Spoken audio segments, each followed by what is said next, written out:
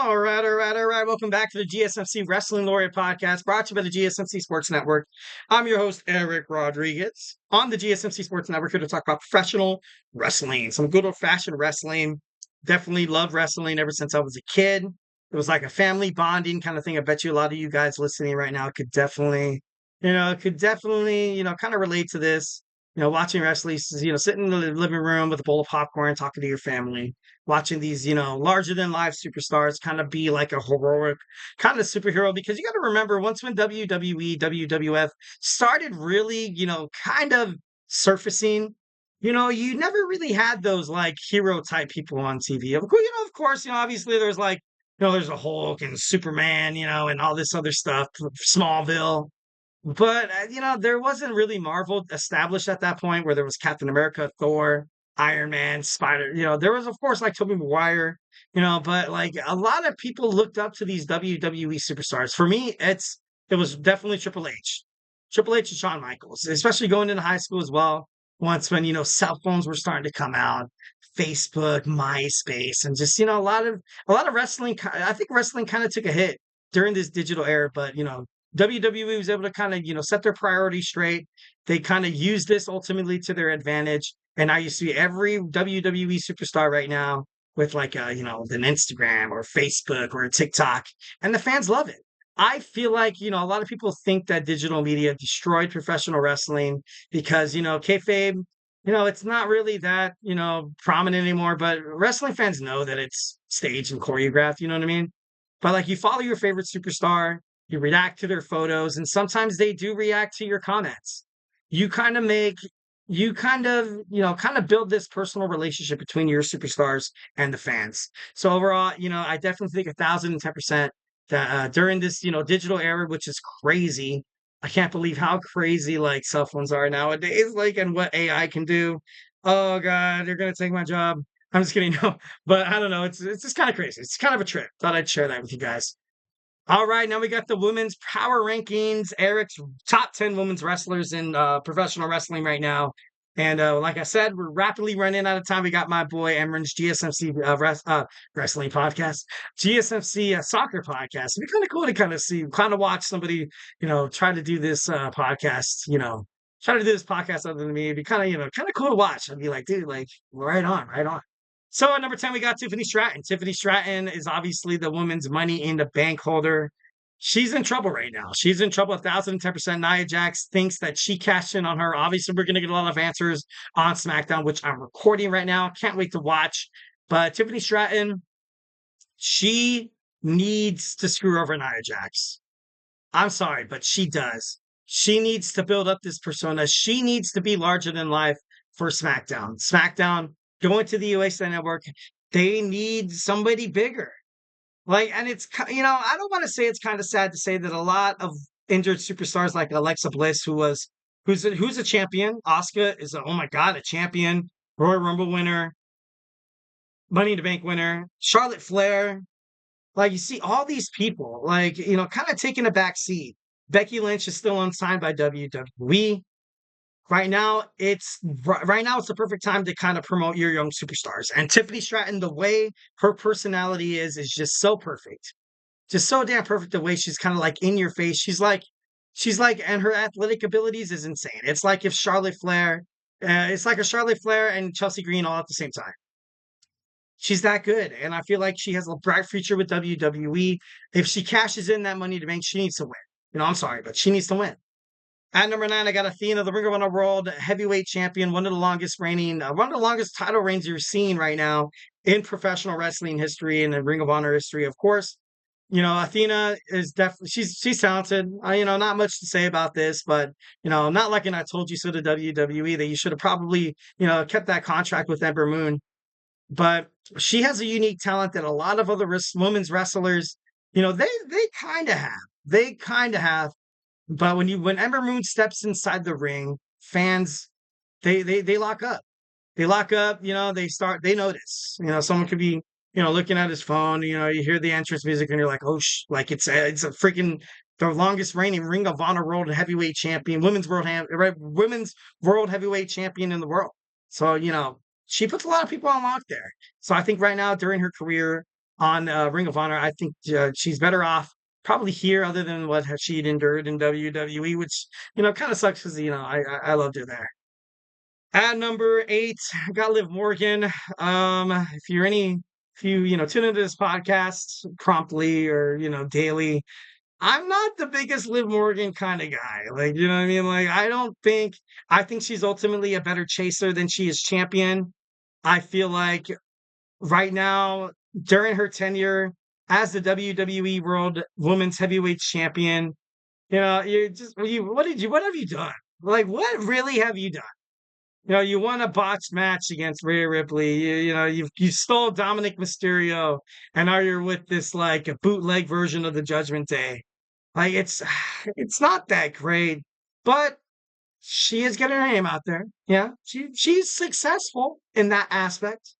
So you can't really be upset about that. I think overall wrestling belongs, on the inside the ring, and their personas, their character also. But if some people are really good at cutting promos, some people are really good at this backstage like drama, because WWE, it's two things. Like, you know what I mean?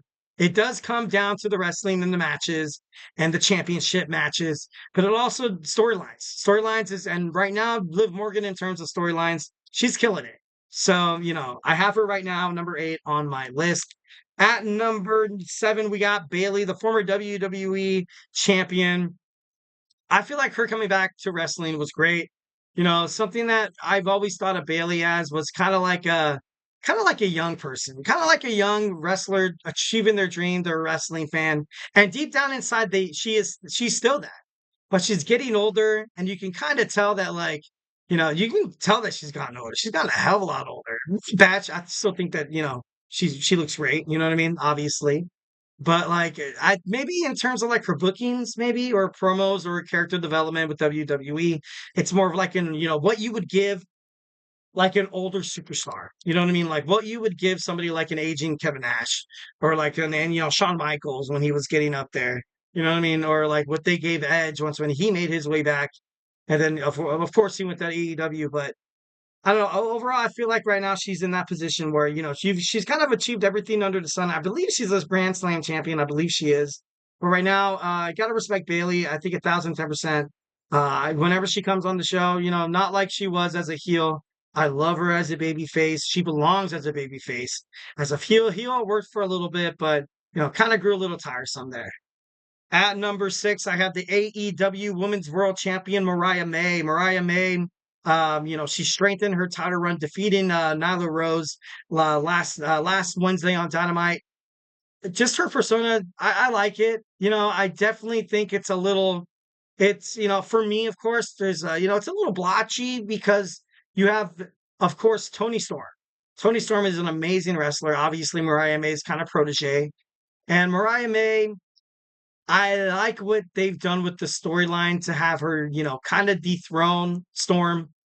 But so far, like, you've kind of seen her cut promos. I think out of her 2-week reign, she's probably cut.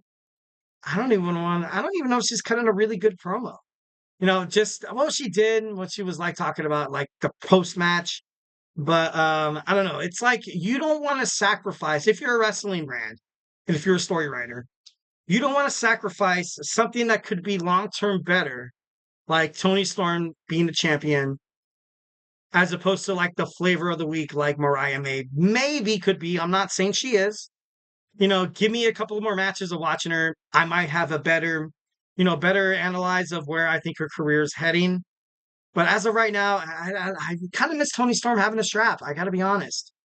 All right, on number 5, I got Lyra Valkyria. Recently, she was drafted to WWE Raw in April. She made her way back to NXT to help out her former friend Tatum Paxley, was getting attacked by Wendy Chu and TNA superstar Rosemary. I ultimately think that she's going to be the one to answer Jordan Grace's open challenge. I'm kind of hoping she made it in the finals of the women's Queen of the Ring, so I thought that was pretty damn cool. She was defeated by, of course, Nia Jax, but she's a very special superstar. She's definitely turned into one of my most favorite wrestlers. She's right there. I feel like she's right there on the cusp of greatness.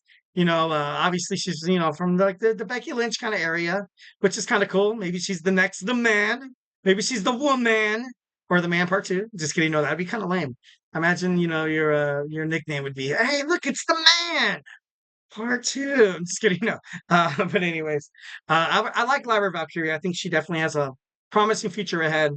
All right. So at number four, we have Nia Jax, the WWE Women's Champion on SmackDown.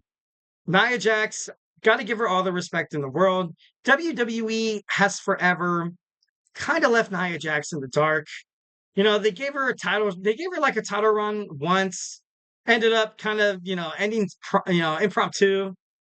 And Nia Jax, she's just such this. She's she's literally the irresistible force.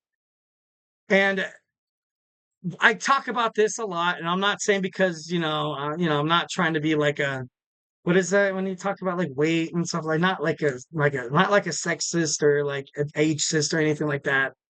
But like when it comes to bigger superstars, and you kind of seen it in the men's for the longest time, like they don't get really good bookings because they're just too dominant. They're just way too dominant. And I guess you can also kind of compare like Brock Lesnar, Brock Lesnar's title run to this as well, because that guy was unstoppable. And also, you can also talk about maybe perhaps like, why Big Show never really got a shot during the Attitude Era. Perhaps you could talk about that as well. Also, I remember when Awesome Kong was the champion in TNA. I remember when, who was that other superstar? Damn it.